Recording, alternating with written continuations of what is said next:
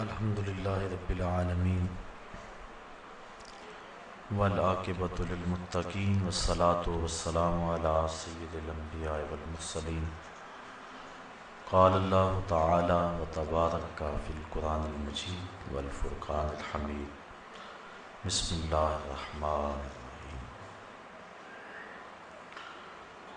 وأقیموا الصلاة صدق اللہ مولانا العظیم وصدق رسولہ النبی الکریم الرؤوف الرحیم اللہم نور قلوبنا بالقرآن وزین اخلاقنا بالقرآن وادخلنا الجنۃ بالقرآن ونجنا من النار بالقرآن قال اللہ تعالی وتبارک فی شان حبیبہ مخبرا وعامرا ان اللہ وملائکتہ یصلون علی النبی یا ایہا الذین آمنوا صلوا علیہ وسلموا تسلیما الصلاۃ والسلام علیک یا رسول اللہ وعلی آلک واصحابک یا محبوب رب العالمین الصلاۃ والسلام علیک یا نبی الرحمہ وعلی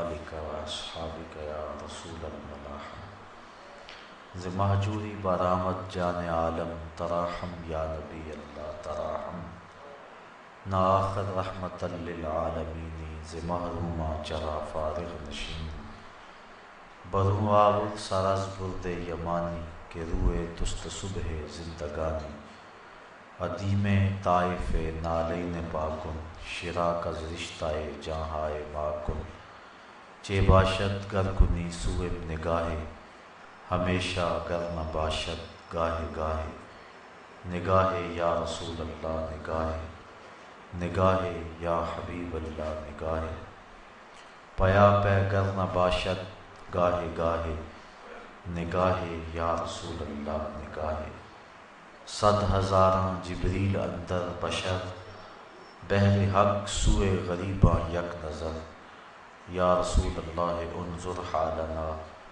یا حبیب اللہ اسمع قالنا اننی فی بحر غم مغرق خذ یدی ساحل لنا اشکالنا یا صاحب الجمال و یا سید البشر من وجهک المنیر لقد نور القمر لا يمکن الثناء کما کان حقہ بعد از خدا بزرگ توئی قصہ مختصر تمام حمد و ثنا تعریف و توصیف اللہ جل مجدہ الکریم کی ذات بابرکات کے لیے جو خالق کائنات بھی ہے اور مالک شش جہات بھی۔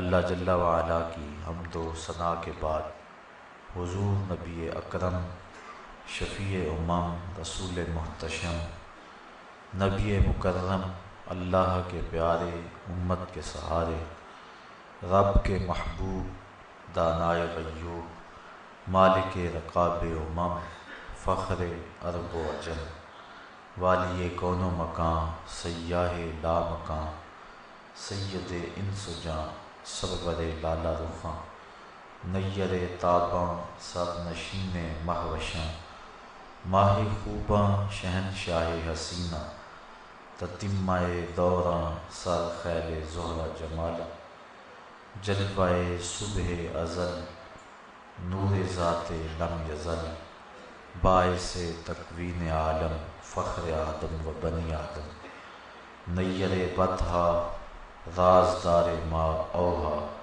شاہد ما طغا صاحب علم نشرہ معصوم آمنہ احمد مجتبیٰ حضرت محمد مصطفیٰ صلی اللہ علیہ وسلم کے حضور ناز میں اپنی عقیدتوں ارادتوں اور محبتوں کا خراج پیش کرنے کے بعد معزز محترم محتشم سامعین خواتین و حضرات السلام علیکم ورحمۃ اللہ وبرکاتہ۔ حمد و مدحت کے بعد معزز محترم سامعین، آج فضیلت نماز کے عنوان سے کچھ باتیں آپ کے گوش گزار کرنے کی کوشش کروں گا۔ اللہ تعالیٰ میری زبان پہ کلمۃ الحق جاری فرمائے۔ نماز ایک اہم فریضہ ہے۔ توحید باری تعالیٰ پر ایمان تیقن کے بعد نماز کی اہمیت اور اس کی تاکید جس انداز کے ساتھ فرمائی گئی ہے وہ کسی سے مخفی نہیں ہے۔ قرآن مجید میں 750 مرتبہ مختلف صیغوں سے نماز کا حکم صادر کیا گیا ہے۔ نماز اللہ کے قرب کا ذریعہ ہے۔ بندہ سجدے میں سب سے زیادہ اپنے رب سے قریب ہوتا ہے۔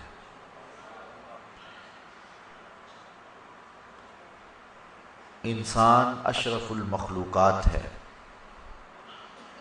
جتنی بھی مخلوقات کے انداز عبادت ہیں وہ سارے نماز کے اندر جمع کر دیے گئے۔ قیام، رکوع، قومہ، جلسہ،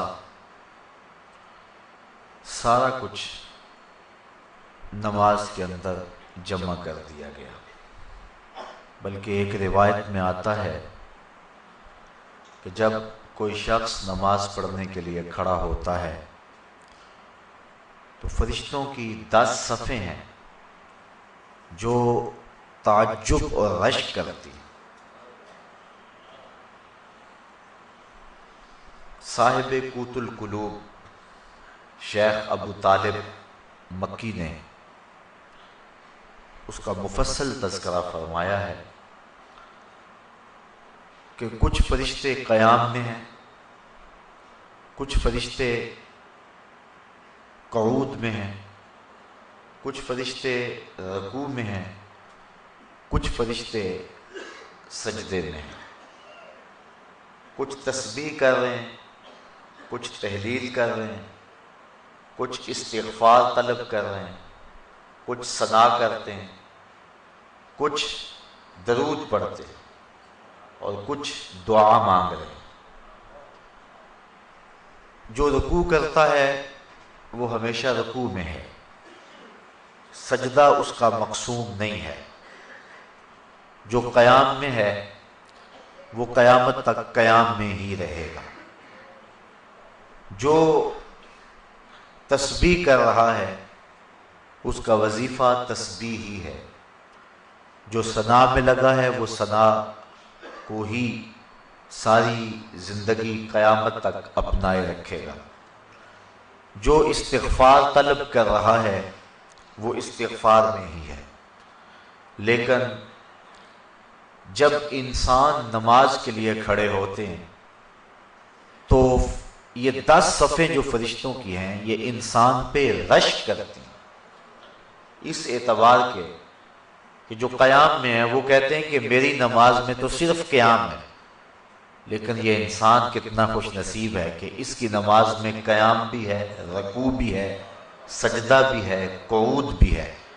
استغفار والے کہتے ہیں کہ میرے پاس صرف استغفار ہے، ثنا والا کہتا ہے کہ میرے پاس صرف ساری زندگی ثنا ہے، لیکن اس کی نماز میں ثنا بھی ہے، اس کی نماز کے اندر استغفار بھی ہے، اس کی نماز کے اندر دعا بھی ہے، اس کی نماز کے اندر درود بھی ہے، اس کی نماز کے اندر سلام بھی ہے۔ تو اس طرح فرشتوں کی جو 10 صفیں ہیں جو مختلف نوعیت کے طرز عبادت میں لگی ہوئی ہیں، تو حضرت انسان کی عبادت پر فرشتے بھی رشک کرتے ہیں کہ یہ کتنا اللہ کا مقرب ہے کہ اللہ نے اپنی عبادت کے سارے طریقے اور اپنے کو پکارنے کے سارے انداز ایک انسان کو عطا کر دیے۔ نماز اللہ کے قرب کا سب سے بڑا ذریعہ ہے۔ حضرت شیخ مجدد الفسانی علیہ رحمہ فرماتے ہیں کہ جو لذت نماز میں ہے وہ کسی اور جگہ موجود نہیں ہو سکتی ہے۔ نماز کی فضیلت، مجد و شرف، اس کا انداز اور اس کا آپ اندازہ اس سے لگا سکتے ہیں کہ نماز تو مجد و شرف اور فضل و کمال کا سبب ہے ہی، جو اذان ہے اس کی اتنی برکتیں ہیں کہ حضور نبی رحمت صلی اللہ علیہ وآلہ وسلم نے فرمایا المؤذنون اطول الناس اعناقا یوم القیامہ، قیامت کے دن سب سے اونچی گردنیں اذان دینے والوں کی ہوں گی۔ یہ حضرت معاویہ رضی اللہ تعالی عنہ سے مروی ہے۔ قیامت کے میدان کے اندر جب لوگ چلیں گے تو سب سے اونچی گردنیں مؤذن اذان دینے والوں کی ہوں گی۔ بلکہ ایک شخص حضور کی خدمت میں حاضر ہوا اور وہ عرض کرتا ہے کہ حضور مجھے ایسے عمل کی نشاندہی کیجئے کہ میں وہ عمل کر کے جنت میں داخل ہو جاؤں۔ تو حضور نے فرمایا کن مؤذنا، تو مؤذن بن جا، پنجگانہ اذان دیا کر۔ اس نے کہا لا استطیع، میں اس کی استطاعت نہیں رکھتا۔ وقت پر آنا، سب نمازیوں سے پہلے آنا اور وقت کا خیال رکھتے ہوئے اذان دینا، یہ سب سے مشکل کام ہے۔ اس نے کہا کہ میں اس کی استطاعت نہیں رکھتا۔ فرمایا کن اماما، اچھا پھر تو امام بن جا۔ اس نے عرض کی لا استطیع، میں اس کی استطاعت بھی نہیں رکھتا۔ تو پھر حضور نے ارشاد فرمایا فقم بإزاء الامام، تو پھر امام کے پیچھے کھڑا ہو جانے والا ہو جا۔ تو اگر کوئی شخص جنت میں داخل ہونا چاہتا ہے تو ان تین چیزوں میں سے ایک چیز اس کو ضرور اختیار کرنا پڑے گی، یا مؤذن بن جائے، یا امام بن جائے، یا امام کے پیچھے کھڑا ہونے والا ہو جائے۔ تو نماز کی جو فضیلت ہے وہ تو ہے ہی، اذان کی اتنی فضیلت ہے۔ کل قیامت کے دن مؤذن حضرت بلال حبشی کی قیادت کے اندر جنت میں جائیں گے اور ان کی گردنیں لوگوں سے بلند ہوگی۔ بلکہ نماز کے لیے ایک مؤذن تو اذان دیتا ہے، اس کی تو برکتیں ہیں ہی۔ ایک حدیث میری نظر سے گزری، لا تسبوا الدیک لأنہ یوقظ للصلاۃ، فرمایا کبھی مرغے کو گالی نہ دینا، یہ تمہیں نماز کے لیے جگاتا ہے۔ جو مرغا نماز کے لیے بیدار کرے وہ محبوب بن جاتا ہے، تو جو نماز کے لیے اذان دے وہ کتنا محبوب ہوتا ہے۔ وہ محبوب ہوتا ہے تو جو نماز جو مقصود ہے، جو پڑھے پھر اس کو اللہ کی محبت کتنی حاصل ہوتی ہے۔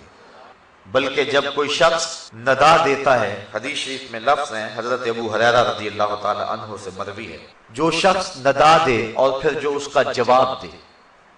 حضرت بلال حبشی نے ندا دی، حضور کے ساتھ صحابہ تھے۔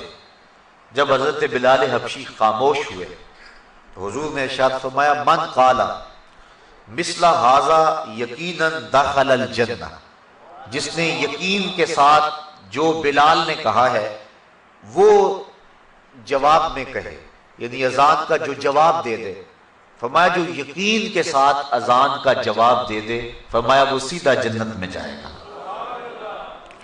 ابھی نماز کی جو فضیلت ہے وہ ایک بہت بڑا امر ہے۔ اذان دینے والے کی جو برکتیں ہیں اور اس کو جو مجد و شرف ملتا ہے، اور اذان کی جو پکار پہ لبیک کہتا ہے، لوگ تین طرح کے ہیں۔ ایک وہ ہیں کہ جب اذان ملتی ہے تو وہ فوراً سارے کام چھوڑ کے نماز کی تیاری میں لگ جاتے ہیں۔ ایک روایت میں آتا ہے قیامت کے دن کچھ لوگ جن کے چہرے ستاروں اور موتیوں کی طرح چمکتے ہوں گے، وہ ظاہر ہوں گے، لوگوں کی ایک جماعت ہوگی۔ فرشتے ان کو پوچھیں گے تم کون ہو؟ تو وہ عرض کریں گے کہ ہم وہ لوگ ہیں کہ جو ہی اذان ہوتی تھی ہم سارے کام چھوڑ دیتے تھے اور فوراً وضو کر کے مسجد کا رخ کرتے تھے۔ تو فرشتے انہیں مبارک دیں گے اور جنت کا مجدہ دیں گے۔ پھر ایک جماعت اور آئے گی جن کے چہرے چاند کی طرح چمک رہے ہوں گے۔ فرشتے انہیں پوچھیں گے تم کون ہو؟ تو وہ کہیں گے کہ ہم وقت داخل ہونے سے پہلے ہی وضو کر لیا کرتے تھے اور اذان کے ساتھ ہی مسجد کی طرف چل دیتے تھے۔ فرشتے انہیں مبارک دیتے ہیں اور جنت کا مجدہ دیتے ہیں۔ پھر ایک اور جماعت آئے گی جن کے چہرے سورج کی طرح چمکدار ہوں۔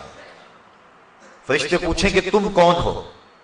تو وہ کہیں گے کہ ہم وہ لوگ ہیں کہ ہم وضو کر کے طہارت بنا کے مسجد میں پہنچ جاتے تھے تو اذان ہوتی تھی، یعنی ہم اذان مسجد میں ہی سنتے تھے۔ حضرت سعید بن المسیب رضی اللہ تعالی عنہ جلیل القدر تابعی ہیں، آنکھوں سے نابینے تھے لیکن جو روشنی دل میں تھی، جو بینا ہیں ان کے پاس بھی وہ اجالے کہاں ہو سکتے ہیں جو حضرت سعید بن المسیب کے پاس تھے۔ اللہ اکبر۔ کہتے ہیں 40 سال تک حضرت سعید بن المسیب نے جو ہے وہ تکبیر اولا بھی قضا نہیں ہونے دی، اسی وجہ سے ان کا نام پڑ گیا تھا حمامت المسجد، مسجد کا کبوتر۔ یعنی جس طرح کبوتر ہیں مسجدوں کے اندر رہتے ہیں تو حضرت سعید بن المسیب کا یہ نام پڑ گیا تھا۔ حالانکہ وہ آنکھوں سے نابینے تھے لیکن انہوں نے مسجد کی حاضری کا اس طرح التزام کیا کہ ان کا نام ہی حمامت المسجد پڑ گیا تھا۔ بلکہ جب یزید نے مدینے کو اجاڑا ایام حرہ میں، جب اس نے 3 دن تک اہل مدینہ کو سخت پریشان رکھا اور اس کے گھوڑے مسجد نبوی کے اندر باندھے گئے، اس وقت جو بھی پکڑا جاتا اس کو قتل کر دیا جاتا، تو حضرت سعید بن المسیب ان ایام کے اندر بھی مسجد میں رہے۔ فرماتے ہیں کہ لیکن میں پریشان تھا کہ ظہر کا وقت ہوگا کون بتائے گا، مغرب عشاء کا وقت ہوگا کون بتائے گا۔ 3 دن تک مسجد نبوی میں نہ اذان ہوئی نہ اقامت ہوئی۔ یہ بڑے خطرناک دن آئے ہیں، اور یہ یزید بدبخت نے جس طرح کربلا میں ظلم کیا، اس نے مکہ المکرمہ میں بھی ظلم کیا اور اس نے مدینہ رسول میں بھی ظلم کیا، اور 3 دن تک مسجد نبوی میں اس کے ظلم کی وجہ سے اذان اور اقامت نہیں ہوئی۔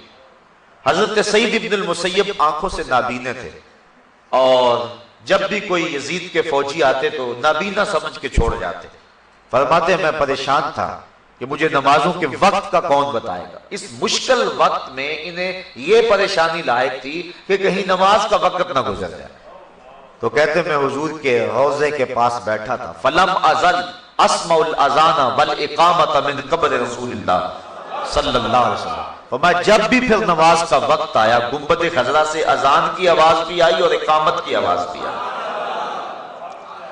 تو جو شخص اہتمام کریں کہ ہم نے تکبیر اولا کو قضا نہیں کرنا ہے، ان کے لیے پھر اللہ یوں بھی اہتمام فرما دیتا ہے۔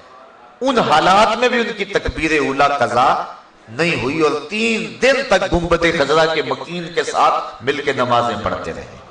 یہ حضرت سعید بن المسیب رضی اللہ تعالی عنہ کا اعزاز ہے، یہ ان کی تکریم ہے، یہ ان کی عزت افزائی ہے۔ اللہ اکبر۔ حضور فرمایا کچھ لوگ مسجدوں کی میخیں ہوتی ہیں، جس طرح کیل ٹھکا ہوتا ہے وہ مسجدوں میں یوں وابستہ ہوتے ہیں، اور اگر کسی وجہ سے وہ مسجد کی حاضری سے قاصر ہو، بیماری کی وجہ سے اگر وہ مسجد میں نہیں آ رہے، اللہ کے فرشتے ان کا حال پوچھنے کے لیے جاتے ہیں۔ یہ ان کا اعزاز ہے، یہ ان کی تکریم ہے۔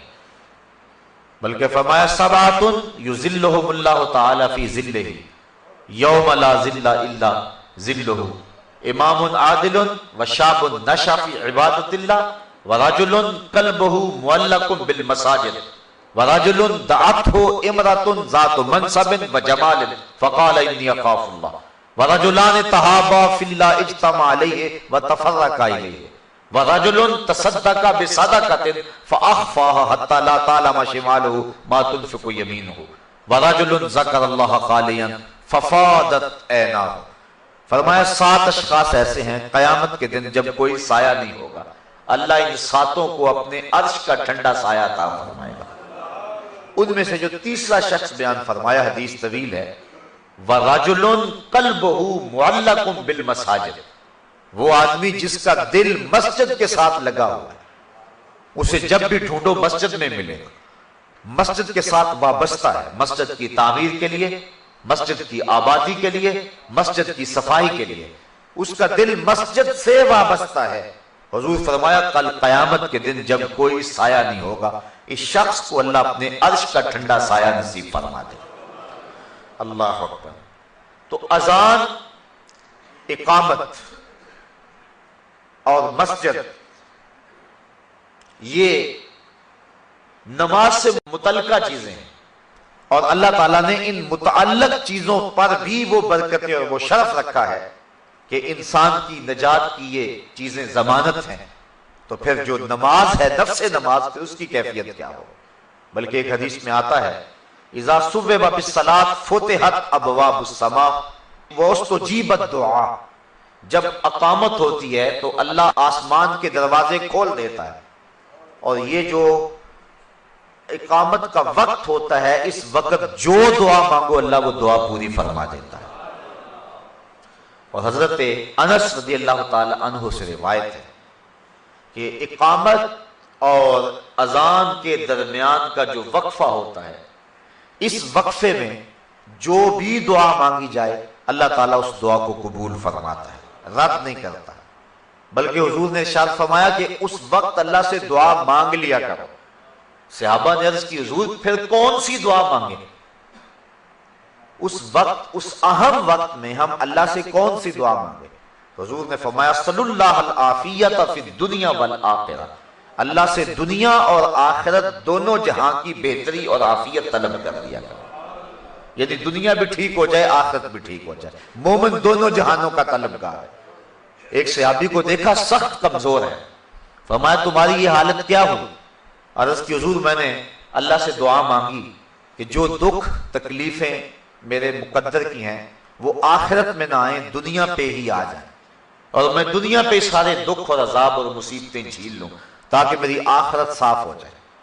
بظاہر یہ بڑی ایک ایسی بات تھی جس پہ داد دی جاتی کہ اس نے آخرت کو اختیار کیا، لیکن حضور اس بات پر خوش نہیں ہوئے۔ فرمایا تو نے یہ کیوں کہا ہے کہ میرے حصے کی جو تکلیفیں ہیں وہ دنیا پہ ہی آ جائیں، آخرت میں نہ آئے؟ تو نے یہ کیوں نہیں کہا ربنا آتنا فی الدنیا حسنۃ وفی الآخرۃ حسنۃ، اے اللہ مجھے دنیا میں بھی بہتریاں دے دے، آخرت میں بھی بہتریاں دے دے۔ جو مومن ہے وہ دونوں جہاں کی بہتریاں چاہتا ہے۔ یہ نہیں ہے کہ دنیا کے اوپر پستے رہیں، ہم دنیا کے اوپر پسنے کے لیے نہیں آئے۔ امت مسلمہ دنیا آخرت دونوں کی طالب اور دونوں کی چاہنے والی، اور اللہ کے خزانے بڑے وسیع ہیں، اس لیے جب اس سے مانگو تو کھل کے مانگو، تم اپنے دامن کو تنگ پاؤ گے، اس کے خزانوں میں کمی نہیں ہے۔ اس لیے اپنے لیے بھی مانگو، اوروں کے لیے بھی مانگو، دنیا بھی مانگو، دین بھی مانگو، آخرت بھی مانگو۔ تو عرض کی کہ حضور اذان اور اقامت کے درمیان اللہ سے کیا مانگے؟ تو فرمایا صلی اللہ العافیت فی الدنیا والآخرہ، اللہ سے دنیا اور آخرت کی عافیت طلب کرو۔ تو یہ قبولیت کے لمحے ہیں جو دعا کی جائے اللہ اس دعا کو مستجاب فرماتا ہے۔ بلکہ نماز تو آگے آتی ہے۔ جب انسان وضو کے لیے اپنے چلو میں پانی لیتا ہے تو اللہ تعالیٰ اس کے چلو میں پانی لیتے ہی اس کے گناہوں کو معاف فرما دیتا ہے۔ حضرت عثمان بن عفان رضی اللہ تعالی عنہ، آپ ایک جگہ تشریف لائے اور آپ نے پانی منگوایا، پھر اس کے بعد آپ نے وضو کیا، اور وضو کرتے کرتے آپ مسکرانے لگے۔ جو لوگ پاس کھڑے تھے حضرت عثمان ابن عفان انہیں کہنے لگے کہ تم نے مجھے پوچھا نہیں کہ میں مسکرایا کیوں؟ لوگوں نے کہا اچھا آپ بتائیں کہ آپ کیوں مسکرائے ہیں؟ تو حضرت عثمان فرمانے لگے کہ ایک دن میں حضور علیہ السلام کے ساتھ تھا، تو آقا کریم علیہ السلام نے وضو کیا اور یوں مسکرائے، لوگ کھڑے تھے تو حضور نے فرمایا الا تسألونی ما اضحکک، تم نے مجھے پوچھا نہیں صحابہ کہ میں مسکرایا کیوں؟ تو صحابہ نے عرض کی ما اضحکک یا رسول اللہ، حضور آپ ارشاد فرمائے نا کہ آپ کیوں مسکرائے؟ تو حضور نے ارشاد فرمایا ان العبد اذا دعا بوضوء فغسل وجهه حتى الله عنه كل خطيئة اصابها بوجهه واذا غسل ذراعيه كان كذلك واذا طهر قدميه كان كذلك۔ فرمایا جب کوئی شخص وضو کے لیے پانی منگواتا ہے اور پانی منگوا کے اپنے چہرے کو دھوتا ہے، اللہ ہر خطا کو چہرے سے دور کر دیتا ہے۔ اور اسی طرح جب وہ اپنے بازو دھوتا ہے تو ہاتھوں کے سارے گناہ اللہ تعالیٰ دھو ڈالتا ہے، اور اسی طرح جب وہ اپنے پاؤں کو دھوتا ہے تو اللہ تعالیٰ جل شانہ پاؤں کے سارے گناہوں کو دھو ڈالتا ہے۔ نماز کا فضل و شرف اور اس کی فضیلت وہ تو مسلمہ ہے۔ نماز سے پہلے جو عمل ہے اللہ اس کی برکتوں سے گناہگار کو جہنم کی آگ سے آزادی بخشتا ہے۔ بلکہ جس جگہ پر نماز پڑھنی ہے اگر اس جگہ کو کوئی شخص اس کی صفائی ستھرائی کرے، ایک حدیث کے اندر لفظ ہے کہ اخراج القمامات منہا مہور الحور العین، جو شخص مسجد سے کوئی تکلیف دہ چیز، کوڑا کرکٹ یا کوئی گندگی وہاں سے نکال کر کے باہر پھینکے تو حضور نے فرمایا یہ موٹی آنکھ والی حوروں کا حق مہر ہے۔ یہ جو مسجد کی صفائی کرتے ہیں، علماء نے لکھا ہے کہ مسجد صاف کرنے سے دل صاف ہوتا ہے۔ جو شخص مسجد صاف کرے اس کا دل پاک اور ستھرا ہو جاتا ہے۔ اور یہ مسجد سے جو آپ کوڑا کرکٹ نکال کے باہر پھینکتے ہیں یہ جنتی حور کا مہر ہے جو آپ ادا کر رہے ہیں۔ اللہ اکبر۔ بلکہ حضور علیہ السلام نے ارشاد فرمایا من بنا للہ مسجدا، جس نے اللہ کے لیے مسجد بنائی، کس لیے؟ یذکر فیہ، تاکہ اس مسجد میں اللہ کا ذکر ہو۔ فرمایا بنى اللہ لہ بیتا فی الجنہ، اللہ اس کے لیے جنت میں گھر بنا دیتا ہے۔ اور ایک روایت میں ہے کہ جس نے تتر کے گھونسلے کے برابر، یعنی حجم میں تھوڑی جگہ پر مسجد بنائی، علماء نے یہ لکھا ہے یہ نہ کہو فلاں مسجد چھوٹی ہے یا فلاں مسجد بڑی، یہ نہ کہو، کیونکہ کوئی بھی اللہ کا گھر چھوٹا نہیں ہے، سارے بڑے ہیں۔ یہ کہو فلاں میں نمازی زیادہ آتے ہیں، فلاں میں نمازی تھوڑے آتے ہیں، نمازیوں کی گنجائش کم ہے فلاں میں، اور فلاں میں جو ہے وہ نمازیوں کی گنجائش زیادہ ہے، یہ کہو۔ بعض ہم عموماً ہمارے ہاں روزمرہ یہی ہے، ہم کہتے ہیں وہ چھوٹی سی مسجد، چھوٹی نہیں کہنا چاہیے مسجد کو، جس چیز کا تعلق رب سے ہو جائے پھر وہ چھوٹی نہیں رہتی، وہ بڑی ہو جاتی ہے۔ اس لیے اس مزاج کو بدلنے کی ضرورت ہے۔ بلکہ واصف علی واصف نے ایک بڑی خوبصورت بات لکھی، اس نے کہا مسجد کیا کوئی بھی شے چھوٹی نہیں ہے، کوئی شے چھوٹی تب نظر آتی ہے اسے دور سے دیکھا جائے یا پھر غرور سے دیکھا جائے۔ جب کسی کو دور سے دیکھو یا پھر غرور سے دیکھو تو وہ چھوٹا نظر آئے گا، ورنہ کوئی بھی شے کارخانہ قدرت میں چھوٹی نہیں ہے، ہر شے باعظمت ہے۔ تو بالخصوص جس چیز کی نسبت جو ہے وہ اللہ جل شانہ اور اس کے رسول کریم سے ہو جائے وہ چیز چھوٹی نہیں ہو سکتی ہے۔ یہ کہو گنجائش اس میں تھوڑی ہے نماز میں۔ حضور نے حضرت عباس بن عبد المطلب رضی اللہ تعالی عنہ، حضور کے رشتے میں چچا لگتے ہیں، ان سے پوچھا کہ چچا آپ بڑے ہیں یا میں بڑا ہوں؟ تو انہوں نے جواب عرض کی حضور سال میں نے زیادہ گزارے ہیں، بڑے آپ ہی ہیں۔ یہ نہیں کہا کہ میں بڑا ہوں، کہا سال میں نے زیادہ گزارے ہیں لیکن بڑے آپ ہی ہیں۔ تو جب نسبت اچھی جگہ ہو تو پھر اپنی زبان کو احتیاط کے ساتھ حرکت دینی چاہیے۔ تو علماء نے اس جزیے کو بیان کیا ہے کہ یہ نہ کہو چھوٹی مسجد یا بڑی مسجد، بلکہ کہو فلاں مسجد میں نمازیوں کی گنجائش تھوڑی ہے، چھوٹی اس کو نہیں کہہ سکتے ہیں۔ تو جس نے تتر کے گھونسلے کے برابر یعنی اتنی تھوڑی جگہ پر مسجد بنائی، اللہ اس کا بھی جنت میں محل بنا دیتا ہے۔ تو جس جگہ سجدہ کرنا ہے، جس جگہ پیشانی رکھنی ہے، اللہ اکبر، وہ جگہ بھی اتنی برکتوں کی حامل ہے۔ بلکہ فرمایا کہ خیر الاماکن، بہترین جگہیں روئے زمین پہ ہیں تو وہ مسجدیں ہیں، اور بدترین جگہیں اگر روئے زمین پہ ہیں تو وہ اسواق یعنی بازار ہیں۔ حکم ہے مسجد میں جلدی جاؤ اور دیر سے آؤ، بازار میں دیر سے جاؤ اور جلدی واپس آؤ۔ گو ہمارا انداز اس سے مختلف ہے، لیکن حکم یہی ہے کہ مسجد میں جلدی جاؤ، دیر سے واپس پلٹو۔ بلکہ ایک حدیث میں آتا ہے جس نے نماز فجر مسجد میں پڑھی اور پھر وہ ذکر و اذکار میں لگا رہا، بیٹھا رہا حتیٰ کہ سورج طلوع ہو گیا، اور پھر اس نے 2 رکعت پڑھے جس کو صلاۃ الاشراق کہتے ہیں، تو فرمایا اس کو مقبول حج اور عمرے کا اللہ ثواب عطا فرماتا۔ اللہ اکبر۔ تو یہ برکتیں ہیں اللہ کے پاک گھر کی جہاں نماز ادا ہونی ہے۔ باقی رہی بات نماز کی، اس کی کیا فضیلت ہے، تو آئیے حضرت نبی رحمت صلی اللہ علیہ وسلم کا ایک فرمان جس کو امام بخاری نے حضرت ابو ہریرہ رضی اللہ تعالی عنہ سے نقل کیا ہے، صحابہ سے مخاطب ہو کے کہا ارائیتم لو ان نہرا بباب احدکم یغتسل کل یوم خمسا ما تقول ذلك یبکی من درنہ قالوا لا یبکی من درنہ شیئا قال فذلك مثل الصلوات الخمس یمحو اللہ بہ الخطایا۔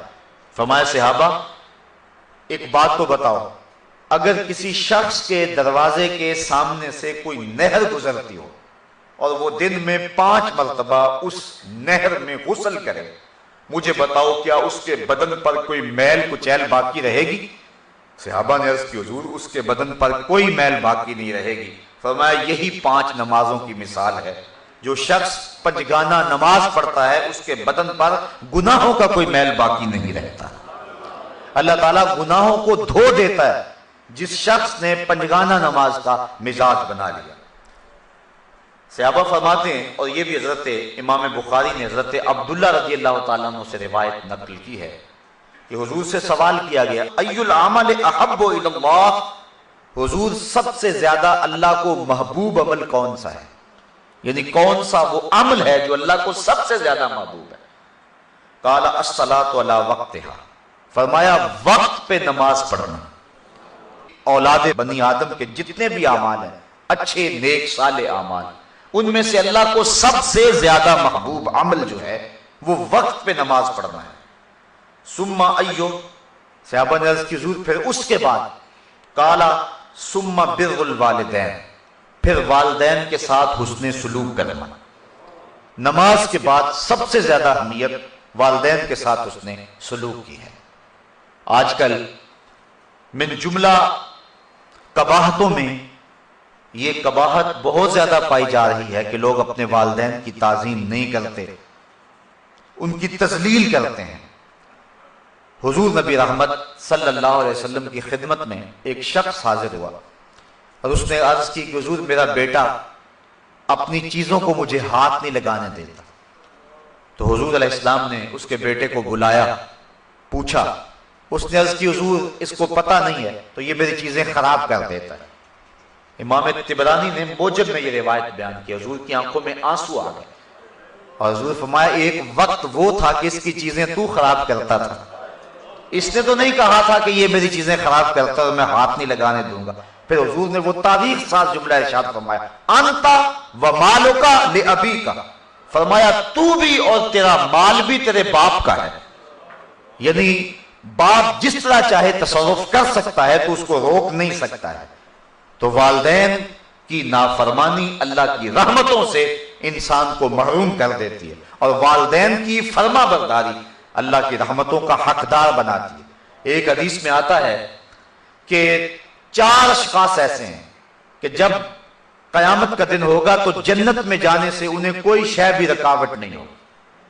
ایک وہ شخص کہ جس نے ایسی سچی توبہ کی کہ گناہ کی طرف پلٹنا اتنا مشکل ہے جس طرح تھن سے نکلا ہوا دودھ واپس جانا مشکل ہوتا ہے، اور دوسرا وہ شخص جس نے اپنے والدین کو راضی کر رکھا، اور تیسری وہ خاتون جو اس حال میں مری کہ اس کا شوہر اس کے اوپر راضی تھا، اور چوتھا وہ شخص جس کے ذرائع آمدنی تھوڑے ہیں لیکن عیال کثیر ہے، اولاد زیادہ ہے، لیکن اس کے باوجود اس نے اپنی اولاد کے پیٹ میں حرام کا ایک لقمہ بھی نہ جانے دیا۔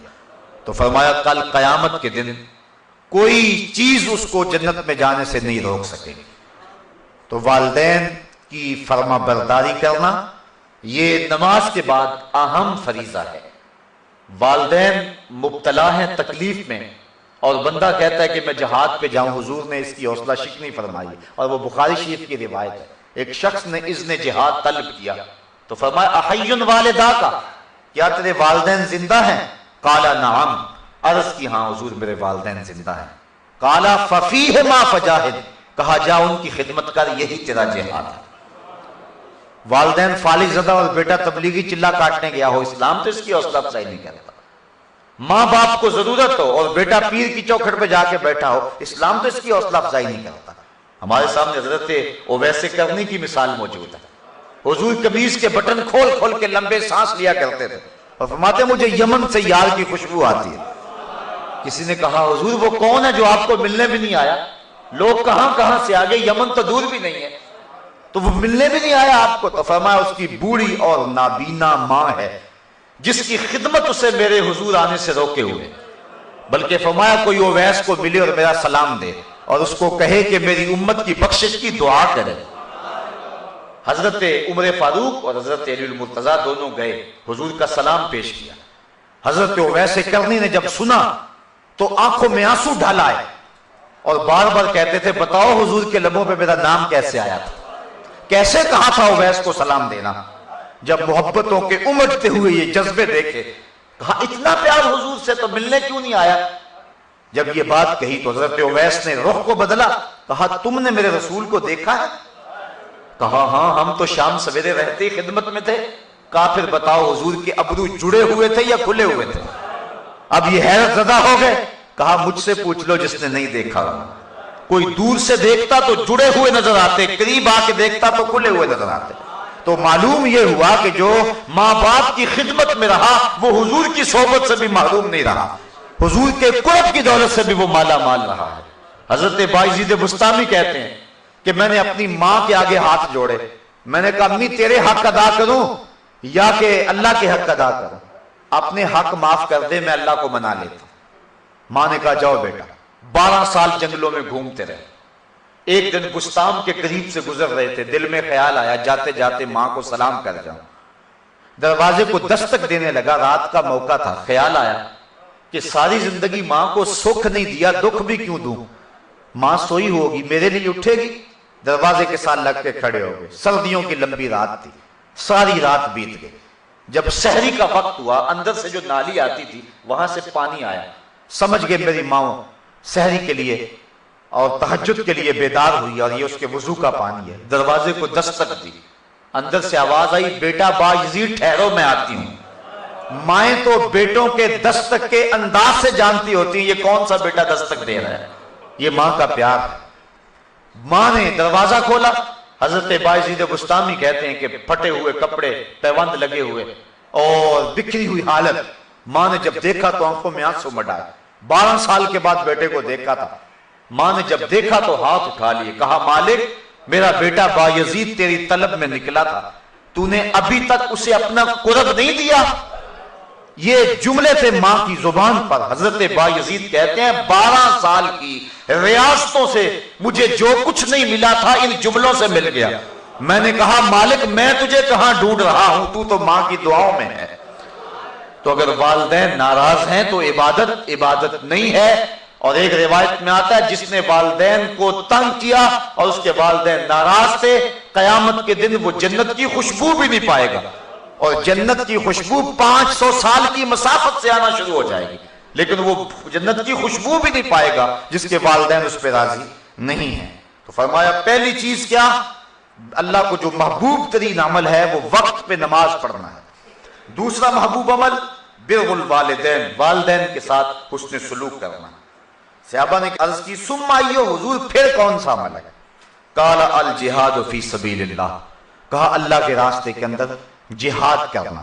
تو سب سے اولیت نماز کو، پھر اس کے بعد والدین کے ساتھ اس نے سلوک کرنے کو، اور پھر تیسرے نمبر پہ حضور نے جہاد کا ذکر فرمایا۔ حضرت سلمان فارسی رضی اللہ تعالی عنہ سے ایک روایت ہے، اور روایت بیان کرتے ہیں حضرت ابو عثمان رضی اللہ تعالی عنہ کہتے ہیں ایک دن میں حضرت سلمان فارسی رضی اللہ تعالی عنہ کے ہمراہ کسی سفر میں تھا۔ خزاں کا موسم تھا اور درختوں کی شاخوں کے اوپر جو پتے تھے وہ زرد ہو گئے ہوئے تھے۔ ایک درخت آیا جس کی ایک شاخ لٹک رہی تھی اور جس کے اوپر زرد پتوں کا گہنا تھا۔ حضرت سلمان فارسی نے اس شاخ کو پکڑا اور جھٹکا دیا، جتنے پتے تھے گر گئے۔ اس منظر کو دیکھ کر کے میں محظوظ ہو رہا تھا کہ حضرت سلمان فارسی میری طرف توجہ پذیر ہوئے۔ اور کہنے لگے ابو عثمان تو نے پوچھا نہیں کہ میں نے ایسا کیوں کیا ہے؟ تو میں نے کہا کہ حضرت آپ بتا دیجئے آپ نے ایسا کیوں کیا ہے؟ کہا ایک دن میں حضور کے ساتھ تھا، سفر کا موقع تھا اور موسم یہی تھا، درخت کی ایک شاخ لٹک رہی تھی جس کے اوپر زرد پتے تھے، حضور آگے بڑھے اور شاخ کو پکڑ کے حضور نے جھٹکا دیا تو جتنے بھی اس کے اوپر پتے تھے سارے گر گئے اور شاخ اسی طرح خالی ہو گئی۔ تو میں بھی اس منظر کو دیکھ کے معزوز ہوتا رہا، حضور نے میری طرف توجہ کی اور فرمایا سلمان تو نے مجھے پوچھا نہیں کہ میں نے ایسا کیوں کیا؟ حضرت سلمان فارسی کہتے ہیں میں نے عرض کی بندہ نواز آپ ارشاد کر دیں کہ آپ نے ایسا کیوں کیا؟ تو حضور نے فرمایا جس طرح میں نے اس شاخ کو جنبش دی اور اس کے اوپر کوئی پتا باقی نہیں رہا، جب کوئی شخص نماز کے لیے کھڑا ہوتا ہے اس طرح سارے گناہ اس کے بدن سے جھڑ جاتے ہیں۔ تو یہ نماز کی برکات ہیں۔ حضور نے ارشاد فرمایا مفتاح الجنت الصلاۃ، جنت کی چابی نماز ہے، یعنی چابی کے بغیر تالا نہیں کھلتا۔ تو اگر جنت میں جانے کی آرزو ہے تو پھر نماز کی ادائیگی کا مزاج بنانا ہوگا، نماز کی ادائیگی کا مزاج بنا لیں گے تو یہ جنت کو کھولنے والی مفتاح الجنہ، جنت کی یہ چابی ہے۔ بلکہ حضور علیہ السلام نے ارشاد فرمایا اولو ما یحاسب بہ العبد یوم القیامہ الصلاۃ، قیامت کے دن بندے سے سب سے پہلا سوال نماز کا ہوگا۔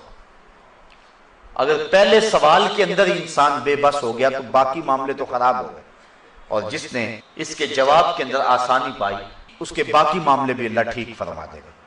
تو قیامت کے دن بندوں سے سب سے پہلا سوال جو ہے وہ نماز کا ہوگا۔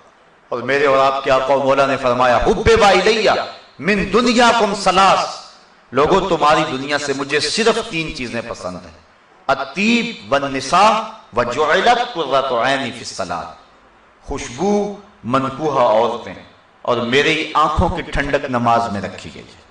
حضور نے نماز کو اپنی آنکھوں کی ٹھنڈک قرار دیا۔ بلکہ نماز کی برکات کا عالم یہ ہے کہ حضور نبی رحمت صلی اللہ علیہ وآلہ وسلم نے ارشاد فرمایا، حضرت ربیعہ بن قعب اسلمی رضی اللہ تعالی عنہ حضور کی خدمت میں حاضر تھے اور حضور کی خدمت کیا کرتے تھے۔ تو حضور نے فرمایا سل، کوئی سوال کر لیجئے، مانگ لیجئے، ہیں آج وہ مائل بعطا اور بھی کچھ مانگ۔ اللہ اکبر، سل، مانگ لیجئے۔ تو حضرت ربیعہ نے کیا مانگا؟ حضرت ربیعہ کہتے ہیں فقلت، میں نے عرض کی اسألک مرافقتک فی الجنہ، حضور یہاں جس طرح مجھے آپ کا قرب حاصل ہے جنت میں بھی آپ کا قرب نصیب ہو جائے۔ جنت کا لطف تو تبھی نصیب ہوگا کہ اگر آپ کی مرافقت نصیب ہو جائے۔ تو حضور علیہ السلام نے فرمایا او غیر ذالک، یہ تو مل گیا، کچھ اور مانگ لو۔ اللہ اکبر۔ تو میں نے عرض کی فقلت هو ذاک، میں نے کہا حضور بس یہی کافی، جنت میں آپ کا قرب مل جائے تو مجھے اور کیا چاہیے؟ شاید اسی کا نام ہے توہین جستجو، ہو منزل کی تلاش تیرے نقش کفے پا کے بعد۔ اگر آپ کا قرب نصیب ہو جائے تو مجھے اور کسی چیز کی طلب رہتی نہیں ہے، کوئی بھوک ہی نہیں باقی رہتی۔ میں نے کہا بس حضور کافی ہے، ہوا ذاک، بس کافی ہے۔ حضور نے فرمایا فَأَإِنِّي عَلَى نَفْسِكَ بِكَثْرَةِ السُّجُودِ، تو فرمایا کہ کثرت سجود کے ساتھ میری مدد کرنا، یعنی اگر تم جنت جانا چاہتے ہو میں تمہیں وعدہ دیتا ہوں، لیکن یہ نہیں کہ میرے وعدے پر تم جنت کی آرزو میں، جنت کی خواہش میں جو میں نے تم کو وعدہ دیا وہ وعدہ پورا ہوگا، لیکن اس کا یہ مطلب نہیں کہ تم سجدے چھوڑ دو۔ فرمایا اس وعدے کی تکمیل کے لیے تم نے میری کثرت سجود کے ساتھ مدد کرنی ہے۔ تو جنت کی چونکہ چابی ہی نماز ہے، اس لیے حضور نے حضرت ربیعہ کو جنت کی بشارت دینے کے بعد بھی یہ بات کہی کہ کثرت سجود سے تو نے میری مدد کرنی ہے۔ کچھ لوگ حدیث کا پہلا حصہ تو بیان کر دیتے ہیں، اگلا حصہ چھوڑ دیتے ہیں۔ حضور نے وعدہ جنت دیا، لیکن اس کا یہ مطلب نہیں ہے کہ وعدہ جنت کے بعد وہ سجدوں کو چھوڑ دے۔ حضور نے 10 صحابہ 10 مبشرہ کے لیے وعدہ جنت دیا، لیکن اس کے باوجود وہ نماز کے معاملے کے اندر کبھی کسی سستی کا ارتکاب نہیں کیا کرتے تھے، بلکہ وہ بہت زیادہ کثرت کے ساتھ سجدے کرنے والے تھے۔ حضور نبی رحمت صلی اللہ علیہ وآلہ وسلم نے ارشاد فرمایا، اور ایک حدیث سنیے، اس کو روایت حضرت عبداللہ ابن عمر رضی اللہ تعالی عنہ فرماتے ہیں کہ صلینا مع رسول اللہ صلی اللہ علیہ وسلم المغرب، ہم نے حضور کے ساتھ مغرب کی نماز پڑھی، فرجع من رجع وعقب من عقب، کچھ لوگ چلے گئے اور کچھ لوگ مسجد میں ہی بیٹھے رہے، فجاء رسول اللہ صلی اللہ علیہ وسلم مسرعا، حضور تشریف لائے، اور حالت یہ تھی کہ حضور بڑے تیز تیز قدم اٹھا کے جہاں صحابہ بیٹھے تھے ادھر آ رہے تھے، اور پھر حضور نے جب صحابہ کو دیکھا، قالا ابشروا، فرمایا مبارک ہو، خوشخبری ہو تمہیں، ھذا ربکم قد فتح بابا من ابواب السماء، تمہارے رب نے آسمان کے سارے دروازے کھول دیے، یہ تمہارا رب ہے اور اس نے آسمان کے سارے دروازے کھول دیے ہیں، یباہی بکم الملائکہ، اور وہ فرشتوں میں فخر کر رہا ہے تمہاری وجہ سے، فرشتوں کے اندر اللہ فخر فرما رہا ہے، اور کیا فرما رہا ہے؟ یقول، وہ کہتا ہے انظروا الی عبادی قد قضوا فریضۃ وهم ينتظرون اخرى، اللہ فرماتا ہے اور میرے بندوں کو دیکھو، انہوں نے ایک نماز پڑھ لی ہے اور دوسری نماز کے انتظار میں بیٹھے ہوئے ہیں، تمہارے اس عمل کی وجہ سے اور تمہارے اس دوسری عشاء کی نماز کے انتظار کی وجہ سے اللہ فرشتوں میں فخر فرما رہا ہے، فرشتوں ذرا جھک کے نظر دوڑا کے ذرا میرے بندوں کی ادا کو تو دیکھو کہ وہ ایک نماز پڑھ کے دوسری نماز کا انتظار کر رہے ہیں۔ تو نماز کا طالب جو ہے وہ اللہ جل شانہ اس پہ فخر کرتا ہے، حالانکہ بندے کو عجز اور نیاز مندی کے اظہار کے لیے نماز پڑھنا ہوتی ہے، لیکن نماز پڑھنے والے پہ اللہ کتنا راضی ہوتا ہے کہ فرشتوں کو کہتا ہے اور آسمان کے سارے در کھول کے کہتا ہے فرشتوں دیکھ لو میرے بندوں کو، چونکہ فرشتوں نے کہا تھا کہ سجدے تو ہم کریں گے، رکوع تو ہم کریں گے، یہ تو دھینگا مشتی کریں گے، یہ تو فساد اور شر پھیلائیں گے، اللہ فخر کرتا ہے اپنے ان بندوں پہ جو ایک نماز کے بعد دوسری نماز کے منتظر ہوتے ہیں، اور فرشتوں کہتا ہے دیکھو میرے بندوں کو، تم تو کہتے تھے کہ یہ لڑائی کریں گے، دیکھو کہ نماز پڑھ لیا، گھر کو نہیں جا رہے کہ دوسری پڑھ کے جائیں گے۔ اللہ بندوں کے اس عمل پہ جو ہے وہ فرشتوں کے اندر فخر فرما رہا ہے۔ حضور نبی رحمت صلی اللہ علیہ وآلہ وسلم نے ارشاد فرمایا، من ترک الصلاۃ متعمدا فقد کفر جہارا، جس نے جان بوجھ کے نماز چھوڑی گویا اس نے اعلانیہ کفر کیا ہے۔ اور ایک حدیث کے لفظ سنیے، حضور نبی رحمت صلی اللہ علیہ وسلم نے نمازیوں کو بشارت دی جو پنجگانہ نماز جماعت کے ساتھ پڑھتے ہیں، اور ساتھ یہ بھی ارشاد فرمایا کہ جو لوگ نماز نہیں پڑھتے ہیں کل قیامت کے دن دشمنان خدا امیہ کے ساتھ اور حامان کے ساتھ، قارون کے ساتھ اور فرعون کے ساتھ کل قیامت کے دن کھڑے کر دیے جائیں گے۔ ہم میں سے کیا کوئی شخص یہ چاہتا ہے اور کوئی اس بات کو گوارا کر سکتا ہے کہ اللہ اور اس کے رسول کے دشمنوں کے ساتھ ہم کل قیامت کے دن کھڑے ہوں؟ لیکن اگر کوئی شخص نماز چھوڑنے کا عادی ہے تو اس کو دشمنان خدا کے ساتھ کھڑا ہونا پڑے گا۔ اللہ تعالیٰ قرآن مجید میں فرماتا ہے کہ کچھ لوگوں کو قیامت کے دن راستے میں لوگ ان کو ملیں گے اور وہ کہیں گے ما سلککم فی سقر، تم جہنم میں کیوں جا رہے ہو؟ تو وہ جواب کے اندر یہی کہیں گے کہ لم نکو من المصلین، ہم نماز نہیں پڑھا کرتے تھے، نماز نہ پڑھنے کی پاداش میں آج ہم جہنم کا ایندھن بن رہے ہیں۔ نماز پڑھنے والے اللہ کی رحمتوں کے حقدار ہوں گے، اور جب کوئی بندہ نماز کے لیے کھڑا ہوتا ہے اللہ فرشتوں کو کہتا ہے کہ میرا بندہ میرے حضور کھڑا ہونے لگا ہے، اس کے بدن سے گناہ اتار کے ایک سمت ڈھیر لگا دو تاکہ میرا بندہ میرے حضور پاک صاف ہو کے کھڑا ہو جائے۔ تو بندہ نماز پڑھتا رہتا ہے۔ حدیث میں آتا ہے کہ جب نماز مکمل کر کے جانے لگتا ہے تو فرشتے بارگاہ عزتی میں عرض کرتے ہیں مالک تیرا بندہ نماز پڑھ کے اب واپس جانے لگا ہے، تو اب اس کے گناہوں کا جو ڈھیر الگ کیا ہوا تھا اب دوبارہ اس کے ساتھ لگا دے۔ اللہ فرماتا ہے اس سے گناہ تم نے اتار دی ہیں، اب اترے ہی رہنے دو، اور یہ میرا بندہ ستھرا ہو کے گھر کی طرف پلٹ جائے۔ تو یہ نماز کی برکات ہیں، بدن پہ میل نہیں رہتا، من ستھرا ہوتا ہے، چہرے پہ نور آتا ہے، اندر صفائی ملتی ہے، رزق میں برکت ہوتی ہے۔ جو شخص فجر کی نماز پڑھتا ہے سارا دن اس کو برکتیں نصیب ہوتی ہیں۔ اور ایک حدیث میں آتا ہے کہ جو شخص عشاء کی نماز پڑھ کے سو گیا اس کو آدھی رات تک جاگنے کا ثواب ملا، اور جس نے صبح کی نماز جماعت کے ساتھ پڑھی اس کو پوری رات جو ہے وہ جاگنے کا ثواب ملا۔ تو حضور نے فرمایا جس کو مسجد میں آتے جاتے دیکھو اس کے ایمان کی گواہی دے دو کہ یہ مومن ہے۔ تو مسجد میں اہل ایمان جاتے ہیں اور مسجد اہل ایمان ہی آباد کرتے ہیں۔ صاحبو، نماز وہ پسندیدہ ترین عبادت ہے کہ اللہ کے محبوب علیہ السلام نے اس کو اپنی آنکھوں کی ٹھنڈک قرار دیا۔ وَجُعِلَتْ قُرَّةُ عَيْنِي فِي الصَّلَاةِ، فرمایا میری آنکھوں کی ٹھنڈک نماز کے اندر رکھی گئی ہے۔ ماہ سیام رمضان المبارک کے دامن سے جب نور ہمارے دل میں داخل ہوتا ہے تو ہم نے دیکھا کہ جو لوگ جمعۃ المبارک بھی نماز نہیں پڑھتے ہیں وہ بھی پنجگانہ نماز کے عادی ہو جاتے ہیں۔ کاش اس نور کو اپنے دل کے اندر ہم محفوظ کر لیں اور رمضان المبارک کے بعد بھی ہم نمازوں کے تسلسل کو باقی رکھیں۔ جس نے نماز ضائع کر دی گویا اس نے اپنے دین کو ضائع کر دیا۔ جس نے نماز قائم نہ کی اس نے دین کا ستون توڑ دیا، اور جس نے دین کا ستون توڑ دیا تو ستون کے بغیر چھت بلا کیسے قائم رہ سکتا ہے۔ اور یہ جو روایت میں نے آپ کے سامنے رکھی، من ترک الصلاۃ متعمدا فقد کفر جہارا، جس نے جان بوجھ کے نماز چھوڑی گویا اس نے اعلانیہ کفر کیا ہے۔ صحابہ فرماتے ہیں مومن اور کافر کے درمیان ہم تو فرق نماز کو سمجھتے تھے۔ جو نماز پڑھتا تھا ہم سمجھتے تھے مومن ہو گیا تبھی پڑھتا ہے، اور جو نماز نہیں پڑھتا تھا ہم سمجھتے تھے کہ وہ کافر ہے تبھی نہیں پڑھتا، مومن ہوتا تو ضرور پڑھتا۔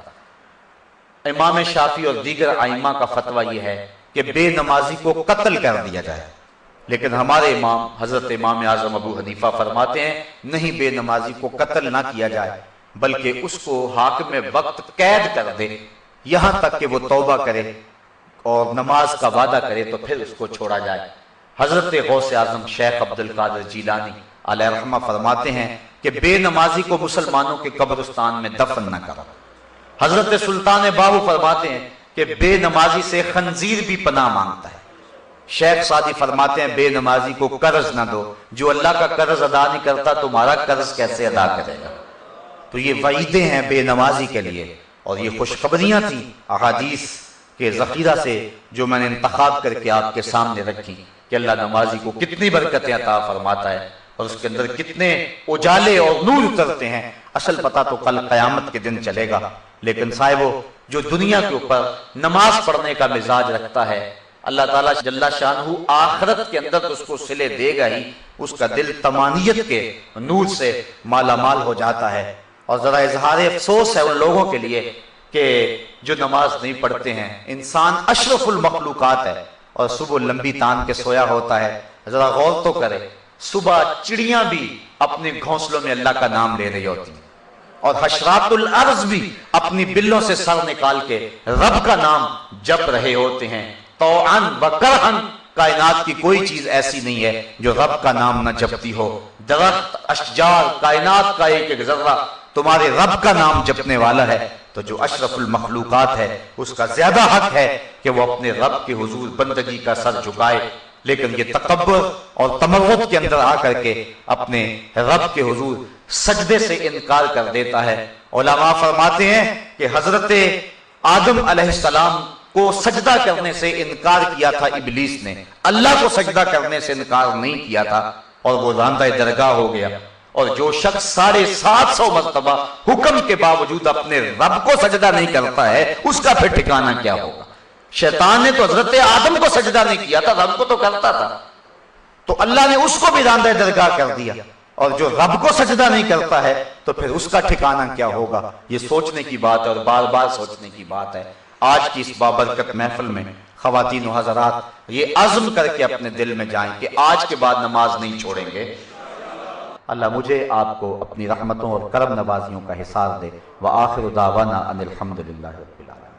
آفاق کے ہر گوشے میں قرآن سنا کر دم لینا، اب رکنا نہیں، اب تھمنا نہیں، فردوس میں جا کر